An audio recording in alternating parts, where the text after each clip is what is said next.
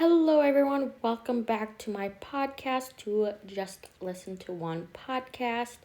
My name is Hannah, and I am going to be talking about and giving you guys information on the famous Shirley Temple. So let's just get into it. If you are curious on who she was, Shirley Temple was a lead child film actress during the Great Depression, starring It Works Like Bright Eyes and Captain January. When her rendition of the song On a Good Ship Lollipop became famous in the 1930s, she earned a special uh, Academy Award. She took on some acting roles as an adult before entering politics, becoming a U.S. diplomat for the United Nations. She died on February 10th, 2014, at the age of 85 in California.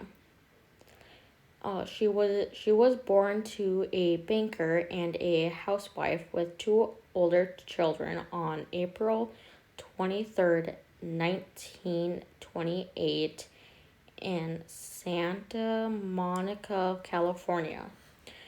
When Temple was just 3 years old, she landed a contract with Educational Pictures, making her acting debut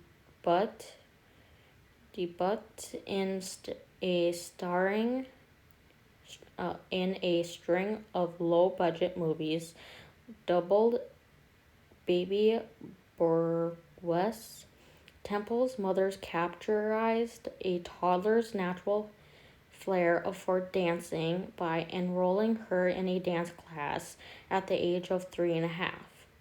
Her father became an agent and financial advisor. The exposed that baby burlesques afford Temple lead her to a contract with a Fox Film Corporation. When the budding actress 6-year-old, she appeared on her first Hollywood feature film, Caroline. With Fox, Temple made an additional 8 films, including smash hit Little Miss Marker. The young actress, singer, and dancer with a bouncing golden corkscrew curls with an infectious optimism proven to be an overnight sensation and top earned for the studio.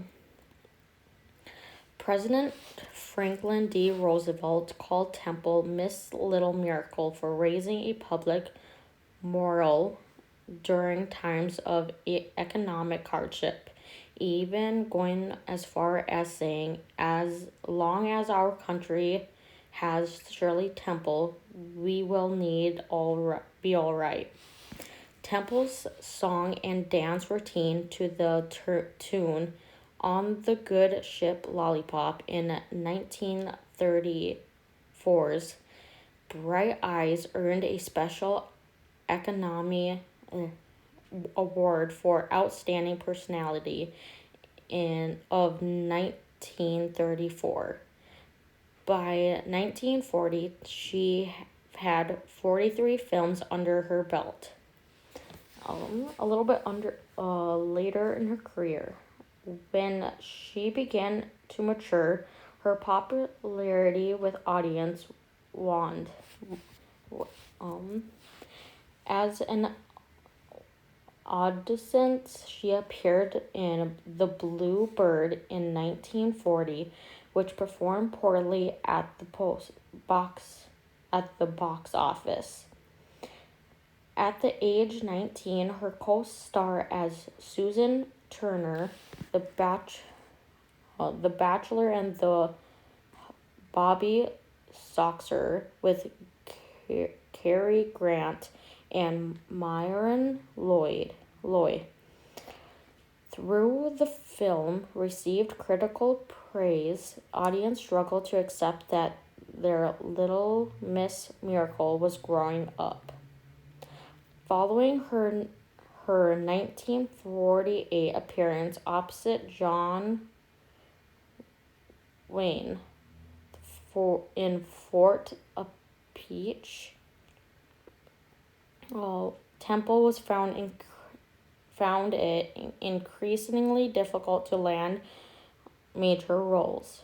During the 1950s and early 60s, she made a scattered appearance on a small screen, but her career as a popular film star had ended at an earlier age at most entertainers had begun.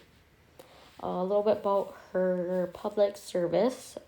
As Temple's entertainment work petered out, she refocused her efforts on a career in public service. In 1967, she ran unsuccessfully for a U.S. congressional seat. From 1969 to 1970, she served as a U.S. ambassador to the United Nations. She was appointed ambassador to Ghana, Ghana, in 1974. 2 years later, she became a chef of protocol of the United States, a passion that she would hold until 1977.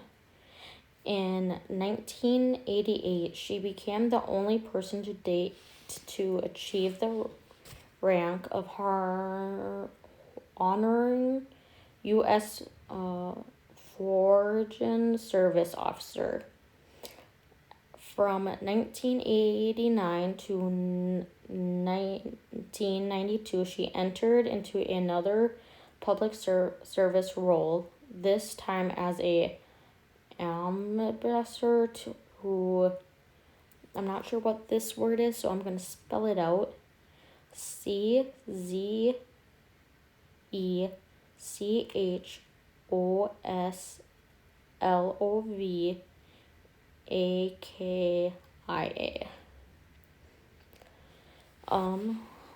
Later reconciliation in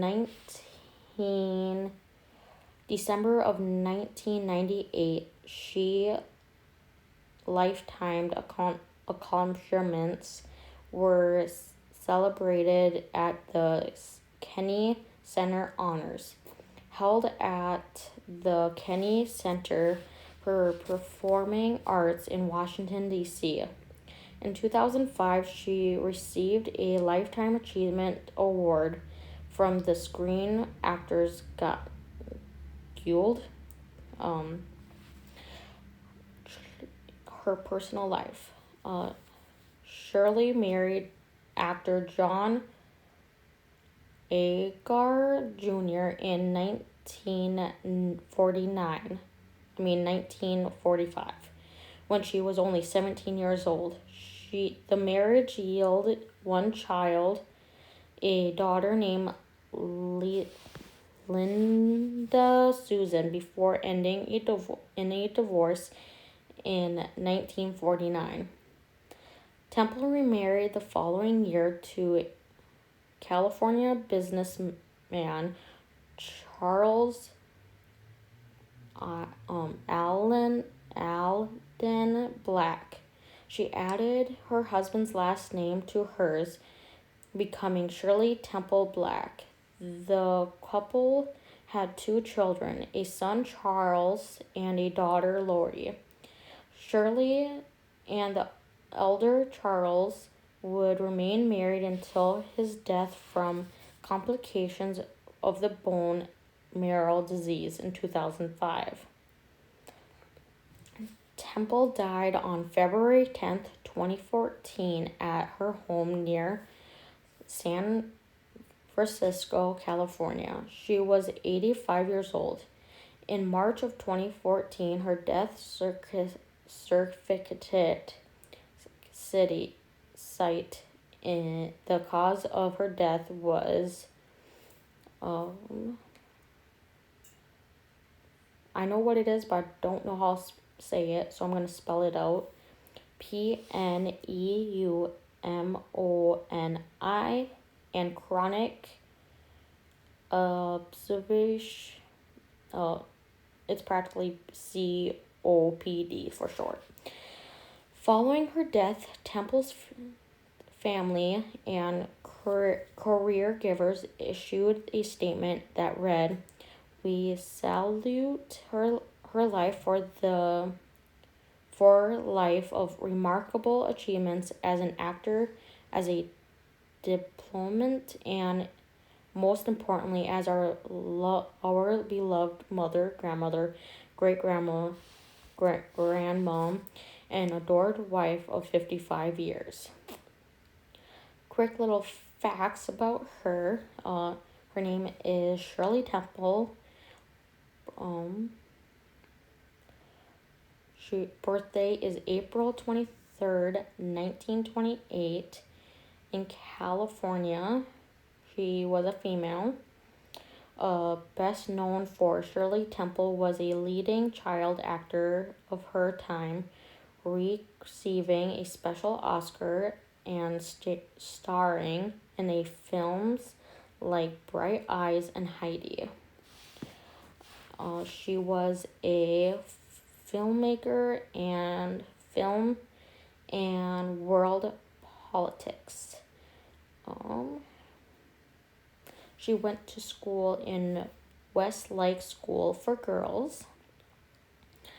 Interest facts: in 1988, she became the only person to date to achieve the rank of honoring U.S. Forage Officer.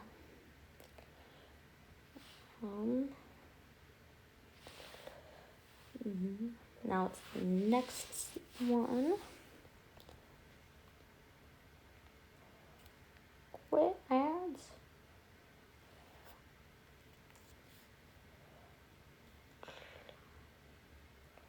Hold on a minute. There we go. And then here are 10 surprising things you never knew about her. Number 1, her first starring role was surprisingly racy. Just at 3 years old, Shirley starred in the 1932 Property Baby Burlesque. 2, she had the exact same. She always had the same number of curls. Come on, ads. And the exact number is 56 curls each time. She helped boost morale during the Great Depression. She on-screen kiss caused a scandal. Shirley played a title role in the 1942 flick Miss Annie Ronnie, where her co-star Dickie Moore gave her the chaste smooch on the cheek. She was almost Dorothy in Wizard of Oz, but Judy Garden made the role. She was only 17 when she got married for the first time. Her second husband was not a fan of her movies. She remains the youngest Oscar honoree. She once held a press conference from a hospital room. Back in 1972, a time when she was talking so openly about her health seemed too intimidated for the public conversation.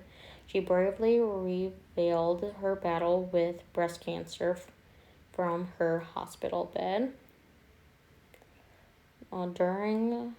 Doing so helped relieve the stigma surrounding the topics and allow more women to open up about their own stuff. And 10, she was a Girl Scout. A little bit more about herself.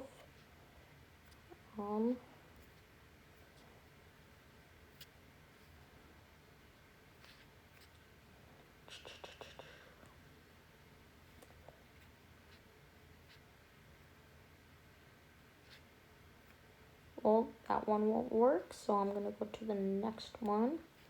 This one is going to be the last one, and this one is the untold truth of her.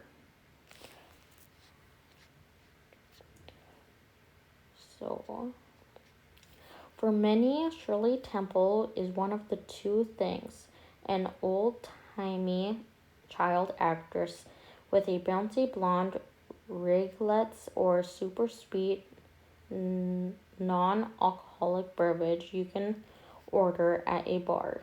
While those facts are certainly the ones that stuck, her life involved way more than just friendly mocktails and cuteness performance.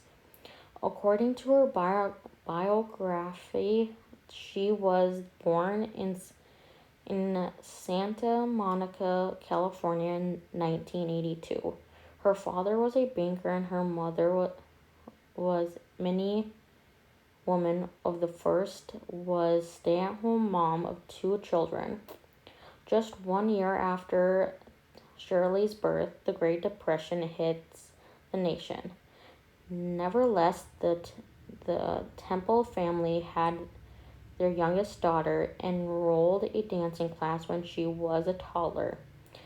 And after landing a contract with Educational Pictures, the curly hair little girl became a superstar in matters of years.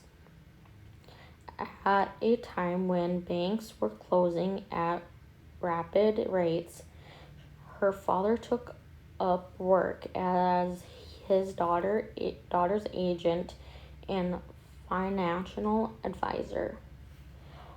Without their daughter's rapid success, the Temple family may have ended up living on a very different life. So just whose was this amazing little girl and what her life was like as an adult? Here's her untold truth. These were her cringy-worthy first roles. In 1932, Temples at the age of 3 got her first speaking role in the film fittily titled War Babies. Her character in the film, however, was not exactly an appropriate fit at all. She played an extra dancer when you can't make this stuff up four soldiers who were also played by children. It's in that film that Temple gets her first kiss. Temple's career continued with a series of equally cringe-worthy short films, as these features were spoofs of popular movies of the time. Temple was again played a role meant for adults. As Time reportedly, the child star would deliver lines like "I'm expensive" and exchange kisses for lollipops.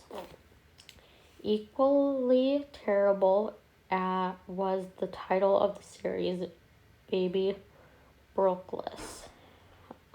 Temple would later criticize the series of her autobiography, Child Star, in which she called them a suicidal explosion of their childish innocence that occasionally were racist or sexist. She was the most popular movie star in the U.S. for years. Desperate her grouchy and downright weird star, she became an incredible success.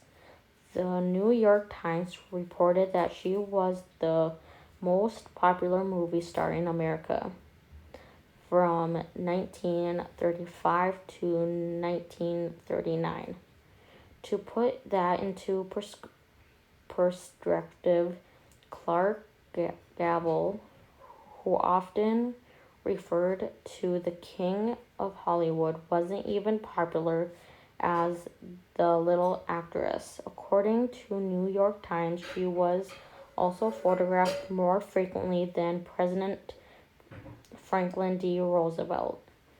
It was Temple's first role in a major features film, the musical Stand Up and Cheer, that put her on the map in 1934. The same year, she starred in the other movies like the family-friendly comedy Little Miss Maker and the romantic drama Now and Forever. None of those films would be quite like the musical Bright Eyes, though, as it was a trailer made for young actresses. After auditions saw the film, you could say Temple's stardom exploded.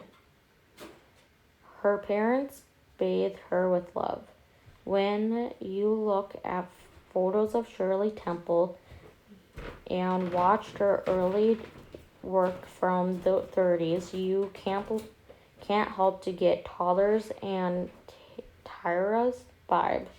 Combined with that, a mother who more or less pushed her little girl into Hollywood, even lying about Temple's age to make her more marketable. The cringe factor is off the charts. However, there's no evidence that Temple was negatively affected by her child stardom. In fact, there was evidence to the contrary. In an interview from 1988, Temple said of her parents, "They bathed me in love my whole life." Temple's father added, "My mother was, I think, the most powerful mother that a girl could have. Unlike the familiar trope of stage mom." Temple clarified that her mom wasn't pushy. "In fact, many times I think I pulled her around," she said. When 20th Century Fox decided not to renew Temple's contract in 1940, the Temples took in stride. the age of 12 years old, the tween begins attending a school in Los Angeles and started living a relatively normal life. Divorced and remarried by the age of 21. When Temple's contract was not renewed, it echoed in waning interest from auditions.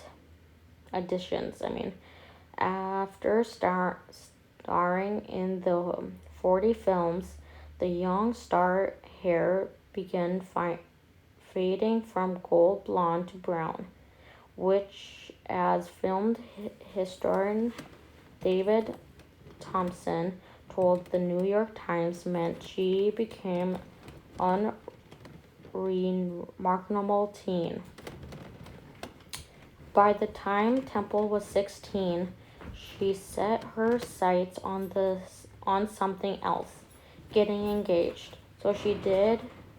John Agar Jr., a 24-year-old Army aircrew statements proposed just a few days before Temple turning 17. The two married in 1945. Sadly, he found a different to the spouse of someone of Temple's notoriety and ended turning to alcohol to cope.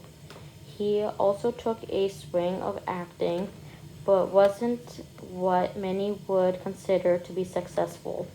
4 years later, and just 1 year after the birth of their daughter, Linda, Temple and him got divorced. In fewer than 60 days of divorce, 21-year-old Temple got engaged again, this time to a 30-year-old Charles Eldon Black, who'd never, by his own account, watched a Shirley Temple movie. Their marriage lasted almost 55 years until he passed away in 2005. She finally retired of acting at 22. Although her career had been on the back burner for nearly a decade, she decided to officially retire from acting in 1950 at the age of 22. According to Smithson magazine, she was tired of being selected for the same type of roles over and over again. In addition of the type of cast, Temple was also wasn't happy with the quality of movies she was producing. As her husband needed to relocate to Washington, D.C. for his career, perhaps it was a good timing to make her exit. Though she was given up acting, she wasn't done with the world of show business itself entirely. In the late 1950s, she became a host for the show Shirley Temple's Storybook.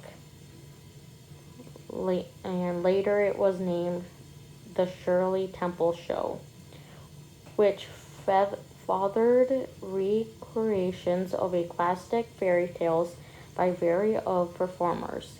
She remained the host for 3 years and 41 episodes till the show ended in 1961.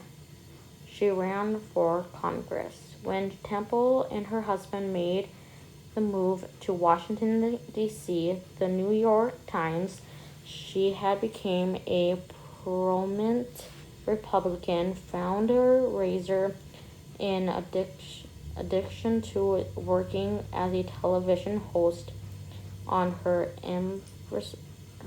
show. By 1967, she interest in politics and had grown, and her decade decided to run for Congress in California. As this was the 60s, this was not easy feat. Determined to become the first woman in the state Congress, congressional election, she appealed to the public through press conference and identified herself as a Republican independent, according to USA Today. I think men are fine and here to stay, but I have a hunch that wouldn't hurt to have a woman viewpoint expressed in that the election of 38 men.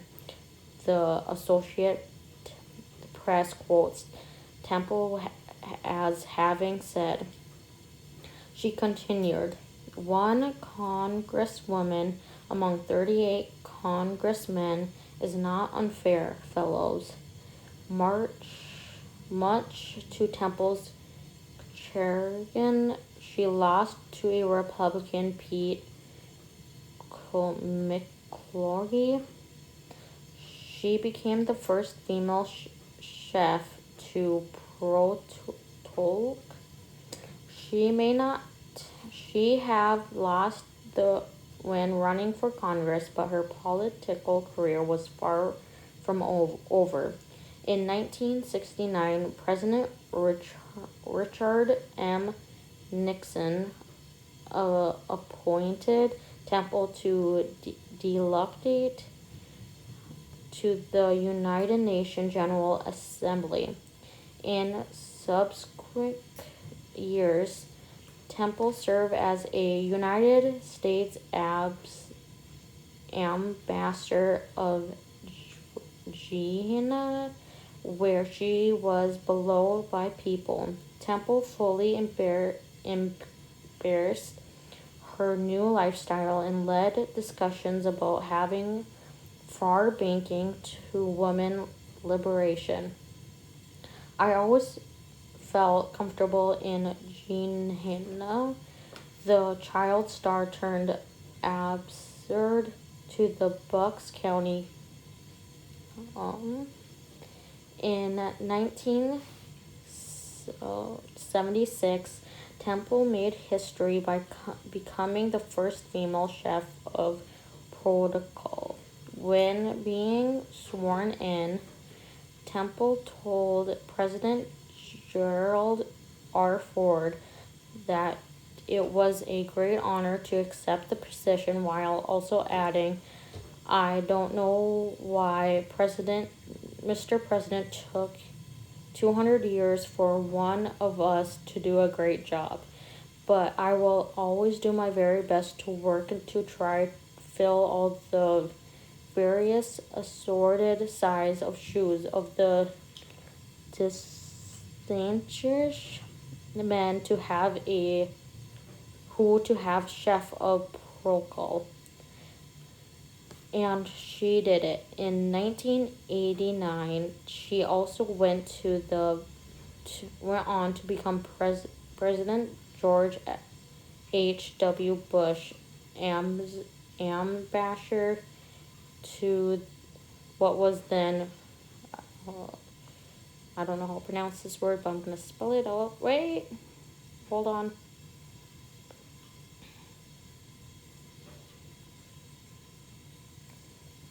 Well, now I gotta find my spot again.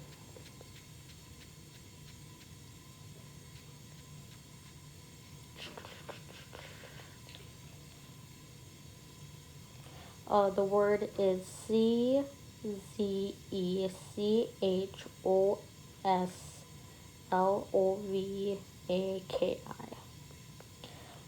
She was already another sort of chef. When Temple accepted the position as a chef protocol, she admitted to the president of that time she was actually already a chef of sorts. In order to take this job, I had to go to my African chef in Cape Coast, Guyana, because I was honoring fundraising. Temple told the president while she was being sworn into her new role. She further explained that this title meant she was currently serving a deputy chef for the West Africa. She continued to tell the president that she went to see the Gianama chef on erringly for the 4th of July, perpetuated for his permission to take on the role of chef of protocol. But not only that, but she also asked the chef to remain honorary Africa chef.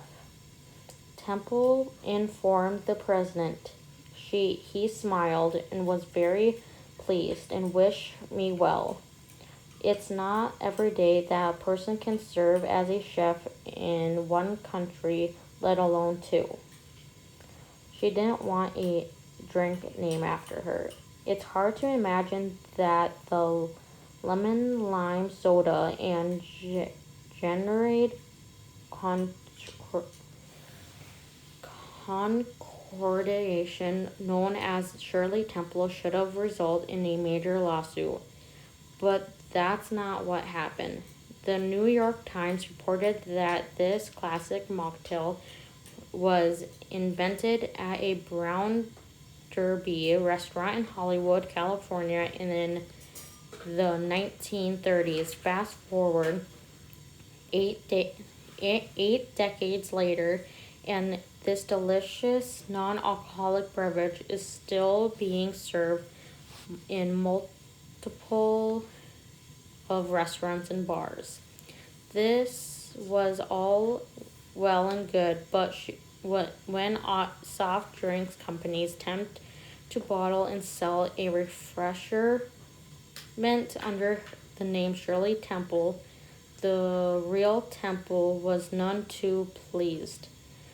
I will fight it like a tigress, Temple told the newspaper. All the celebrity has their name. While Temple did successfully prevent a soda manufacturer from using her full name, the company was allowed to label their soft drink Shirley Tea.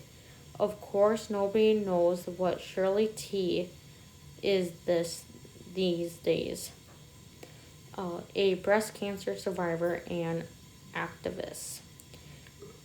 In this Time article penned by breast cancer survivor Penn Grossman, Temple was also one of the one celebrities that helped her get through her diagnosis.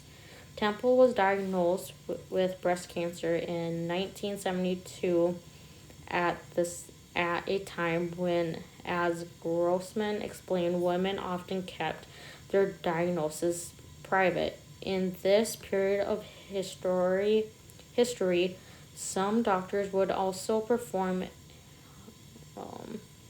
mastectomies under the guise of biopsy. The rationale being that women would not be able to handle the difficult news prior to the procedure. Yeah, okay, doctor. Luckily for Temple, her doctors didn't keep her in the dark. She also didn't intend to keep her diagnosis a secret no more. After having it, Temple held a press conference in the hospital to talk about it. In an interview with McCall magazine, she urged fellow women to perform breast self-examination and readers not to sit at home and be afraid. She continue explained her stages, writing, "The doctor can make the incisions. I'll make the decisions. By way of her empowering features, she became the first public figure to write about her experience with cancer. Confidential Woman magazine. She was busy working up until she passed away. Shirley Temple lived an extraordinary, full, device, and busy life. She sadly passed away on February 10th, 2014, at the age of 85. The actress turned depliant former publicist Shirley Kagan spoke with CNN the next day. When she asked how Temple looked back at her life, Keegan explained she was still busy working. As a matter of the fact, she was writing a second volume of her autobiography up till she passed away. Temple's long-time friend Barry Barsaman spoke with Closer about the book, saying she'd always tell me to call her around 10 a.m. after she had her breakfast. She said she was penning part 2 of Child Stars, so we talk and chat at 10, and then she get into her writing for a couple hours. She did it every day. The late icon's son, Charles Black Jr., told Closer that the deeply personal memoir will release at some point in 2018. Perhaps we'll find out even more truth about the late and great Shirley Temple. And that is it for this podcast. If you guys enjoyed this podcast, let me know. And if you guys have any ideas on topics that you guys want me to talk about, let me know in the comments. And I will see you next Saturday. Bye.